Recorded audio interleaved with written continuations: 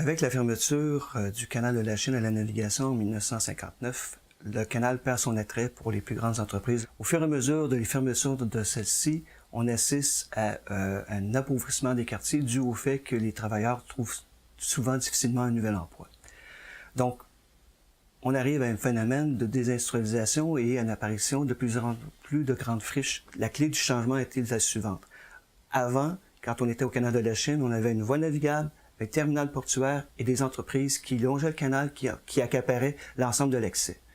Ce qui est arrivé par la suite, c'est qu'à partir des années 1970, le gouvernement fédéral a investi énormément d'argent pour aménager le canal en parc linéaire. Il y a une piste polyvalente qui a été créée et on a eu un accès à l'eau.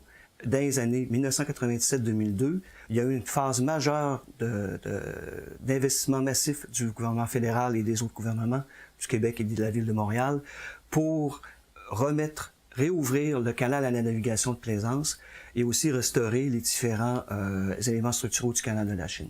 Alors aujourd'hui, les traces les plus visibles du passé industriel du canal de la Chine sont bien sûr les quartiers ouvriers, dont on conserve une bonne partie de la trame urbaine, et également, et on a tendance à l'oublier, les usines toujours en activité le long du canal de la Chine. On pense par exemple à Ogilvy et on peut penser aussi à la Sidbeck de Sco, qui est dans la portion ouest du canal de la Chine. Par ailleurs, il y a aussi un certain nombre de vestiges de bâtiments qui ont été démolis. Par exemple, on peut penser au secteur de les Éclus Saint-Gabriel. Il y a aussi un certain nombre de bâtiments qui ont été reconvertis en loft ou en condo. On peut penser par exemple à l'arrêt de Pâtes. Et juste à proximité, on a aussi l'immense complexe de Norton Electric qui est devenu maintenant la Nordelec, qui est les lofts industriels.